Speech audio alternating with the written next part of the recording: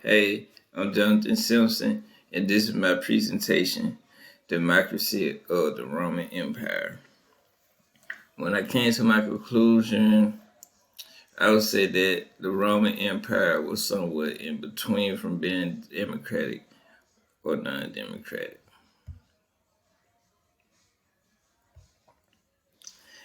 And Polybius, from his point of view, the Roman Constitution was split three different ways into three elements. And the three elements are despotism, that's the supreme masters, and they sit between the Senate and the Assembly. Then you got aristocracy, that's the Senate, they the highest out of the three elements, and they handle all of the businesses. And then you got democracy, that's the Assembly, and those are the people. And the Roman Republic was democratic to a certain extent because they did give power to people. Not all of them, but to some. And yes, I do think Polybius was a credible source because he was actually there. He was present. So he's seen a lot of things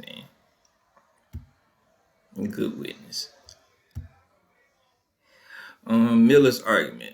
Okay, so with Miller, he gave us some reasons how they could have been democratic. And some of the power the people had was like every adult male, unless they were disqualified, they could vote, including poor men and free slaves. But they divided all they citizenships into subgroups, and sometimes the majority of the vote prevailed. So that means like if a lot of these people got voted, so there was a vote that counted toward this one. And they could have been the poor men's vote or the free slave vote. So that could have been a good thing. And then the people, they could conduct elections and they could propose laws. So this is democratic because they were putting the power into the hands of the citizen people. Ward statesmen. So Ward, he stated a couple barriers though that kept them from being democratic. That like all citizens couldn't vote because if when Rome expanded, and if you lived in a place that it expanded to, you were disqualified. You couldn't vote, and the people couldn't elect who to become candidates. So there was another barrier. So they couldn't collect like the candidates to be selected for the Senate. So they couldn't do that. And to sum it all off, how I compared the three was like Polybius, he declared that Rome divided power three ways. Miller insisted power to people is democratic, but they all did certify that the power was divided. So that's something that they all share commonly.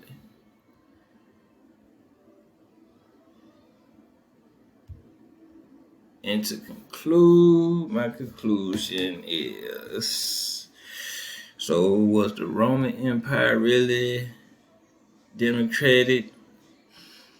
It was somewhat democratic, I guess. It allowed some male citizens to vote, although not all, some, and that's a plus because that number could increase.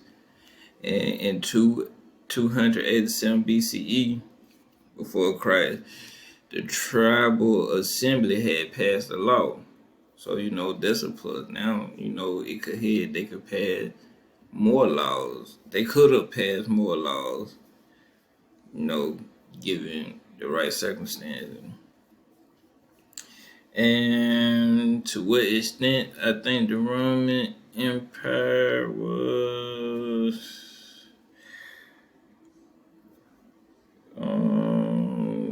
it's a slight extent, but it could move in a good direction, and um and sometimes the citizens were heard, so that was like a positive note. So, and 2%, but only 2% of the Roman citizens voted. So that number could grow. It could, but that's my conclusion.